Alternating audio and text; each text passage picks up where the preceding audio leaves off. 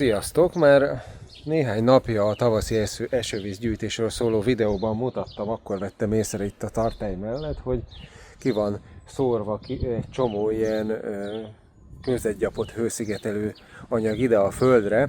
Hát ugye itt 2 évvel ezelőtt a háznak az egész fala kívülről 15 centi kőzetgyapottal volt szigetelve, és szerintem ott fönt valahol a tető alatt valószínűleg valami madár megkezdhette, lehet, hogy oda befúrt magának valami fészket vagy ilyesmit, de mivel azért ez elég sok, ami ide ki van szedve, ezt már nem hagyom így, nem hagyom ellenőrizetlenül, úgyhogy most itt van a nagy létra, úgyhogy felmászok oda, és megpróbálom megkeresni, hogy mi a fene történt, és majd utána meglátjuk, hogy hogyan tudjuk ezt megoldani.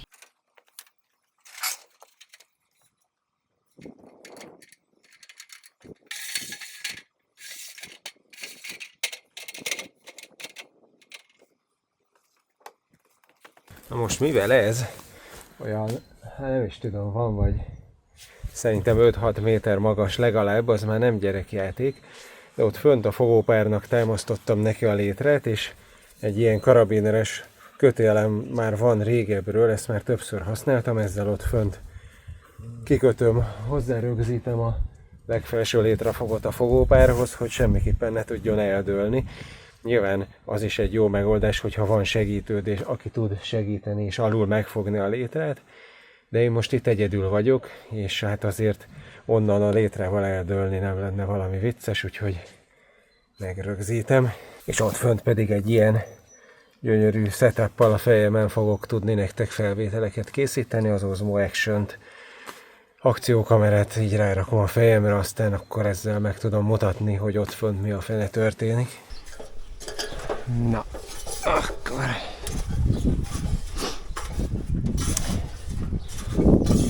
Én se szeretem egyébként az ilyen baromi magas létrekre való felmászkodást, de hajlandó vagyok, mert a muszáj, de a feleségem például egyáltalán nem is hajlandó ilyesmire, ő azt mondta, hogy felőle aztán őt aztán nem érdekli, történhet bármi.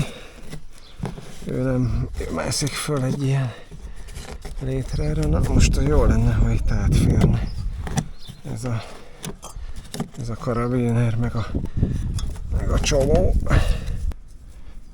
Összekapcsolom, így ez már eldőlni nem engedi.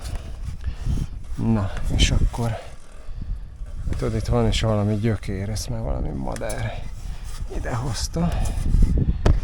Na, nézd, itt megmutatom.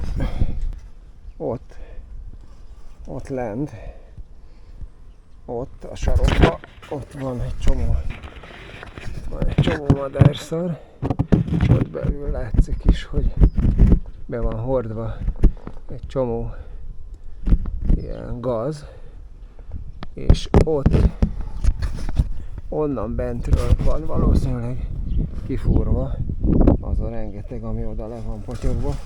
Érdekes, hogy itt valójában itt nem látszik semmi, mert itt fönt, itt látszik, hogy koszos a festék, tehát itt valami szokott kibejárkálni, és ha itt benyúlok a vakolat meg a lambéria közé, akkor ott érzem, hogy itt így végig hiányzik itt belül mögötte a hőszigetelő anyag. Tehát valószínűleg itt több verévfészek is lehet ott bent mögötte. Úgyhogy az lesz, hogy hát hozok fel purhabot, és itt benyomom az egészet, azt talán nem fogják már kifúrni. Kívülről nem látszik semmi, mert hiszen ugye ott van mindenhol ez a vakolat rajta kívülről, de hát azért az látszik, hogy ez itt, néznek, baromi sok még ott a tartály mögött is. Ott a tartály mögött is van egy csomó. Hát azért ez egy, nem tudom, egy fél vödörnyi ki van szedve.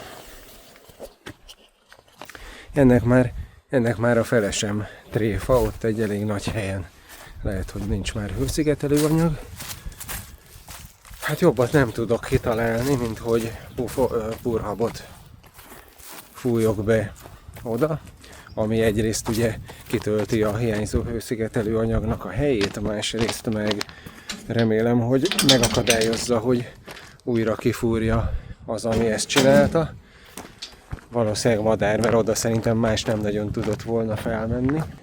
Ami a motorozás során, a motoros túrán, a hibajavításban a gyorskötöző meg a duct tape, azt szokták mondani, hogy amit egy motoros túrán azzal nem tudsz megjavítani, azzal már nem is érdemes foglalkozni, mert az túl nagy probléma. Na ilyen a házépítés vagy a házkarbantartásban meg a púrhab, hogy egy csomó olyan dolog van, ami tehát lehet, hogy nem a legszakszerűbben, de az biztos, hogy a leggyorsabban és viszonylag elfogadhatóan meg lehet vele oldani, úgyhogy ezért nekem van is itthon mindig néhány tubus. Amikor ilyen üregkitöltésre, hőszigetelés, pótlásra, meg nyílászáró beépítésre, meg még egy csomó mindenre van szükség, akkor olyankor ez jól tud jönni. Én, amint láthattad, nem nagyon bonyolítom a márkaválasztást, ez az Hobby saját márkás, igazság szerint elfogadható minőségű, és ez jelentősen olcsóbb,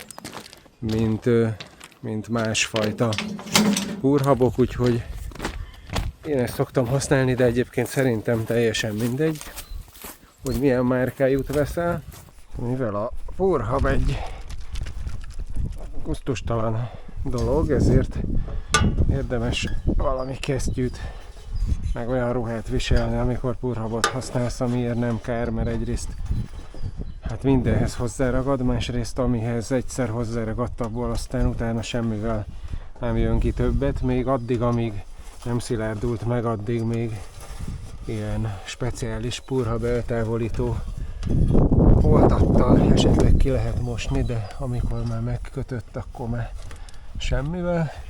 Érdemes valamennyire felrázni használat előtt, azt írja a használati útmutatója is, és aztán pedig így fejjel lefelé fordítva kell használni. Az a baj, hogy ugye ide valahova ezzel a csövével így be kellene kanyarodni ide belőle, hogy ide be tudjam fújni az anyagot. Aha.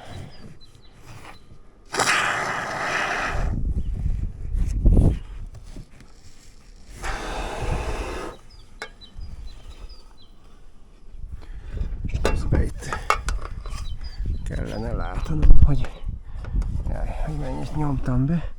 Ja, meg így le is, ami lepotyog, az is utána hozzáragad mindenhez, és többet nem jön le róla.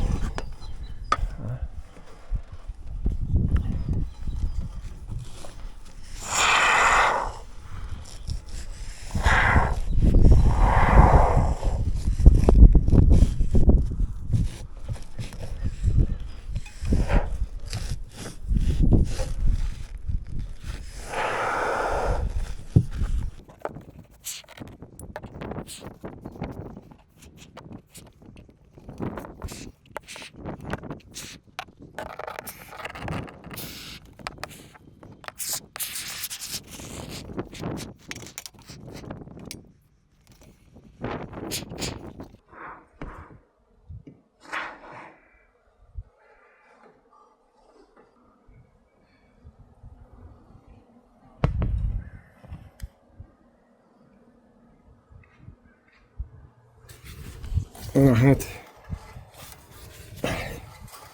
szép nem lett, de legalább ronda. Minden esetre most ott feltöltöttem a kifúrt részeket. Meglátjuk, hogy itt, mert most itt van a tavasz, ugye március eleje, hogy ha valami vissza akar oda költözni, akkor lehetséges, hogy majd most fog erre törekedni. Meglátjuk, hogy néhány nap múlva, néhány hét múlva megnézem, hogy megkezdte újra valami, vagy egyrészt vagy elköltözött, vagy a púrhab útját állja, aztán majd meglátjuk, hogy kell-e esetleg másmilyen módon valami csibedrót ide szögelésével, vagy valamivel újabb lépéseket tenni. Hát ez most így elég csúnya, majd meglátjuk, hogy miután megkötött és kiderült, hogy semmi nem háborgatja, akkor valahogy lehet, hogy lefaragom, hogy egy kicsit normálisabban néz ki.